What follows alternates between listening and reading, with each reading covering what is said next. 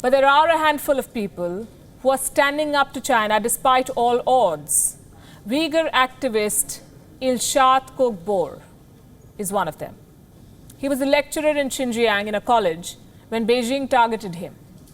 Ilshat had to leave his home and seek refuge in the United States. But his safety came at the cost of his family. His brother was killed. His sisters were sent to detention camps. Ilshat has not heard from his mother in many, many years. I spoke to Ilshat this evening when preparing for my report on the Uyghurs. What stayed with me from that interview was the moving story of his family, so I decided to share an excerpt from our conversation with you. You need to hear this story. The Chinese government incited some Chinese mob to kill my brother. After I left 1 year, my youngest brother, he was killed. I can show you his photo. Here is his photo. He was 27 years old when he was killed. He was killed in a daylight in a restaurant by around more than 10 Chinese mob. No. Inside the restaurant, all is the Chinese. No one called police. No one called the doctor immediately. My brother died on site. That's my brother. Then in 2014, they went to my elder sister's home. She is a single mother with 2 kids, and she was get arrested. And the Chinese told my second sister's husband, ask your brother to stop or ask him to come back. In 2015, my father, because of my brother's killed, my sister get arrested. So he passed away in 2015, 5th of April.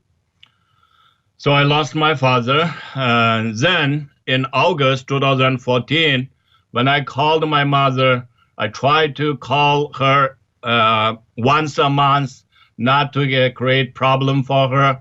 Then when I last time called in August 2015, my mother said, don't call us again, son. We are having too much. I'm too old to take this so much. And the police coming almost every day. I can't even visit your sisters. And in 2019, last year, I heard from a lady. She sent me a message from Kazakhstan, and she, in the message, told me my 2 sisters with their husband in a concentration camp, and also their kids in that concentration camp. That was the last news I heard about my family. I don't know if they are still alive. And in overseas, in US and in other Turkey, in German, have some camp survivor. They were telling the story also in Kazakhstan. And each time when I heard their stories, I can't think of if my sisters was in that situation. It is very painful. And when you don't know if your relatives, if your sisters, if your mom is still alive or they are died, and if they are went through that torture and that cruelty, it's unimaginable. We are experiencing the pain of the Jewish people in Second World War. Very simple put it, when you Saturday morning when you get up, a lot of people used to call their relatives, call their mother, father, sisters to say hello. But we are already more than 4-5 years. We don't know any one of our relatives, they are alive. Not the phone call.